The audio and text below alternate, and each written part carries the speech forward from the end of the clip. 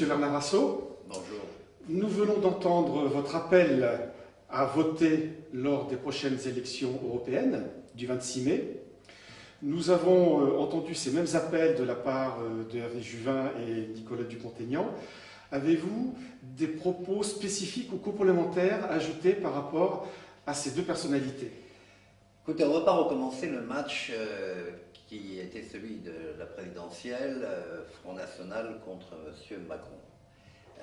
Parce que, bon, dans ce cas-là, c'est M. Macron qui en tirera une légitimité supplémentaire et je ne pense pas qu'il y ait des raisons pour qu'il ait une légitimité supplémentaire aujourd'hui parce que, comme disait Flaubert, les perles ne font pas le collier, c'est le fil qui fait le collier. Or, aujourd'hui, il n'y a aucun cap et aucun axe, ni d'ailleurs sur la question européenne, ni sur la question nationale, aucun axe défini par le président. Quant au match dont je parlais, c'est un débat d'une nature polémique, car j'ai voulu me situer au niveau des vrais enjeux. Les vrais enjeux, c'est que nous sommes en situation de survie collective. Je crois que nos concitoyens ne s'aperçoivent pas, et ce n'est pas tout à fait vrai, parce que dans toute l'Europe, les opinions publiques sont en train de changer. Nous avons aujourd'hui une situation qui n'est plus celle du lendemain de la guerre, qui était le produit d'une guerre civile et d'une catastrophe pour la deuxième fois. Nous avons une situation où l'Europe vieillit, nous sommes en chute démographique, les moyennes d'âge des Allemands comme des nôtres augmentent chaque année, et nous avons aussi une présence d'un combat entre deux superpuissances que sont les États-Unis et la Chine, et nous sommes au milieu. Donc le vrai débat pour nous, c'est un débat de puissance parce que nous avons une civilisation à défendre. Nous avons une civilisation qui est la nôtre et qui a 25 siècles, même plus, d'enracinement. Nous devons transmettre, nous devons à la fois nous enraciner, mais cela ne veut pas dire que l'on doit être figé. Cela veut dire que l'on doit vouloir un futur commun et que dans ce futur commun, il y a tout ce qui fait les Européens. Nous sommes ceux qui avons modelé le monde, inventé la plupart des technologies qui sont utilisées aujourd'hui ou sont utilisées d'une manière constante. Nous avons toute fierté à affirmer ce que nous sommes, à définir la manière dont on vit et la manière dont on a une relation avec les anciens, qui d'ailleurs, entre parenthèses, ont été massacrés fiscalement par M. Macron, la manière dont on a établi les relations entre les hommes et les femmes, la manière dont on a créé une peinture qui est celle d'une représentation et non pas d'abstraction nécessairement, nos monuments. Vous imaginez quand même que nous avons des billets en euros, enfin nos billets d'euros, n'ont aucune incarnation sur ce que nous sommes. Ce sont des ponts sans route, ce sont des arches sans fin. Pour reprendre le mot de quelqu'un, ce sont des billets de Monopoly sans lieu, sans âme, sans incarnation. On dirait qu'on a peur d'affirmer notre identité. C'est pour ça qu'on se bat. J'entends bien tout cela, M. Bernard Assot, mais que dites-vous à nos compatriotes qui sont désespérés?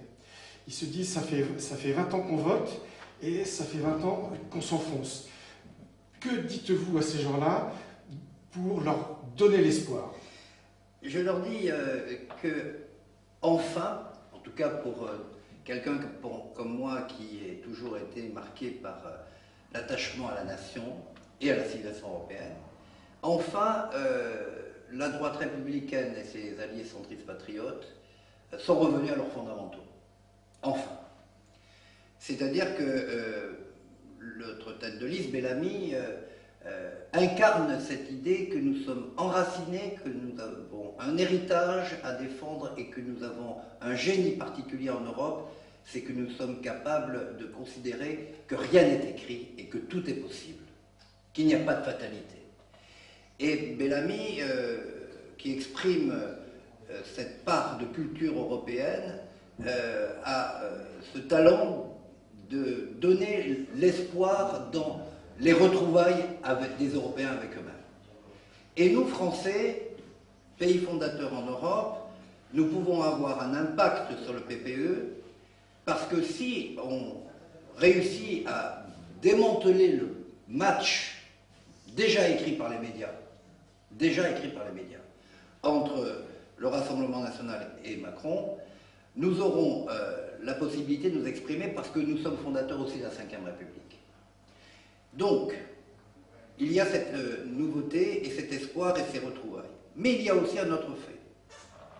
C'est que pourquoi ils ont eu, et pourquoi nos concitoyens, y compris moi-même, où j'ai hautement conscience que nous sommes en insécurité démographique avec l'arrivée d'un certain nombre de populations que nous n'arriverons plus à assimiler ni à intégrer, et en insécurité culturelle parce que nous allons avoir des communautarismes et que notre propre identité est en péril.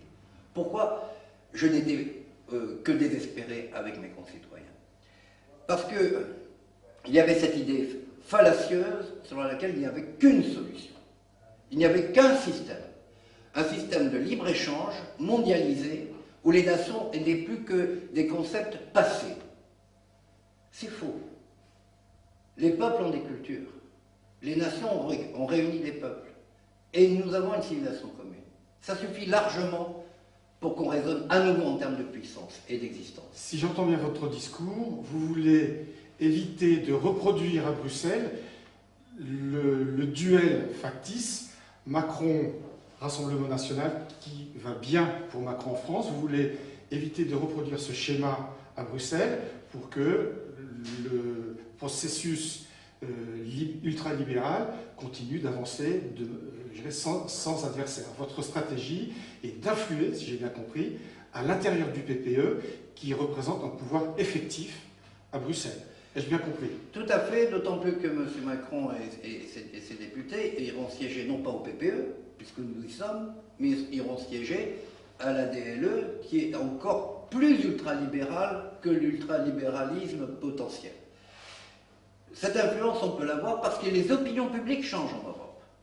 Les opinions publiques changent en Europe, au sens où l'Europe s'est construite de manière chrétienne-démocrate ou social-démocrate à la marge, avec un individualisme qui est incarné par la jurisprudence de la Cour européenne des droits de l'homme. Aujourd'hui, les peuples se révoltent parce qu'ils savent qu'ils sont en péril de survie. Et que je ne vois pas d'ailleurs moi-même pourquoi j'irais dire, et je ne le dirai pas, que tel ou tel pays qui veut limiter l'immigration est en tort. Je ne vois pas pourquoi je ne respecterai pas sa souveraineté. C'est le cas notamment dans la Hongrie, de M. Orban, s'il veut limiter l'immigration, à condition bien sûr de déterminer les conditions de cette limitation en toute démocratie à l'intérieur de la Hongrie. Je ne vois pas pourquoi j'irais lui donner des leçons. Alors, excusez-moi, ça c'est très important. Est-ce que vous sentez chez vos partenaires européens du PPE cette même volonté de revenir aux fondamentaux culturels européens? Il y a dans le PPE une grande diversité selon les nations dont ils sont issus. Mais comme la démocratie représentative, c'est cela, lorsqu'elle n'est pas tronquée et bouleversée, dirais-je, par un phénomène de mode, je dirais, de pensée ou de bien-pensance, pour prendre un mot qu'on utilise aujourd'hui, les gens sont à l'écoute, évidemment, des mouvements d'opinion qui changent en profondeur. Et quand on voit qu'en Finlande, pays qui était celui de l'État-providence le plus généreux, voir les Finlandais d'abord, qui correspondent grosso modo au mouvement nationaliste, être à un seul point de différence par rapport aux sociodémocrates et aux partis conservateurs, qui vont devoir s'allier dans le modèle que nous avons connu malheureusement en France, contre les Finlandais d'abord, on voit que la Finlande est touchée aussi par ce changement d'opinion. Donc ceux qui seront au pouvoir, même s'ils ne sont pas issus de ces mouvements, sont tenus et sous le contrôle des électeurs qui vont leur dire une fois oui, mais pas deux fois. Et nous sommes en train de dire la même chose. On a vécu pendant 20 ans sous un système technocratique sur l'idée que, après le compromis de Washington, il fallait laisser la liberté totale de circulation au point de nomadiser les Européens et en leur déniant toute identité potentielle, au point qu'on a un président de la République qui nous a expliqué quand même qu'on était des criminels de guerre. C'est bien la première fois quand même que l'on a un président de la République ou un candidat à la présidentielle n'était pas encore président de la République. Aujourd'hui, nous avons une droite républicaine et ses alliés centristes patriotes, un choix qui est celui de revenir à nos fondamentaux, de savoir que nous sommes pour la liberté d'entreprendre, mais qu'il y a une responsabilité de chacun pour l'intérêt à la fois de la pérennité de notre héritage et de la compétition, dirais-je, créative, puisque nous sommes les porteurs de la rupture créatrice. Un dernier mot pour conclure, s'il vous plaît, Monsieur Assot, pour le 26 mai. Le 26 mai, la seule chose que j'espère, c'est que les résultats nous permettront, pour les Français, de rétablir la France, et pour les Européens, de savoir qu'ils vont avoir un futur encore très pérenne, et apportant aux Européens la certitude qu'ils ont autant de droits que les autres à exister comme civilisation. En tout cas, si je comprends bien, il faut aller voter ce 26 mai. De toute façon, il faut toujours voter aux élections parce qu'il y a des millions de gens qui sont morts pour avoir ce droit de vote. Ne serait-ce qu'en mémoire de ceux qui sont morts pour l'avoir, on a un devoir d'aller voter. Mais admettons qu'il y ait une indifférence et une lassitude. Cette fois-ci, pour ces élections européennes, l'enjeu est tellement colossal que c'est où on a un futur, où on sera balayé par la mâchoire qui s'écrasera sur nous, avec l'attente de populations venues d'ailleurs, qui en profiteront plus que nous sommes capables d'accepter leur présence. Le message est clair, le 26 mai, allons tous voter.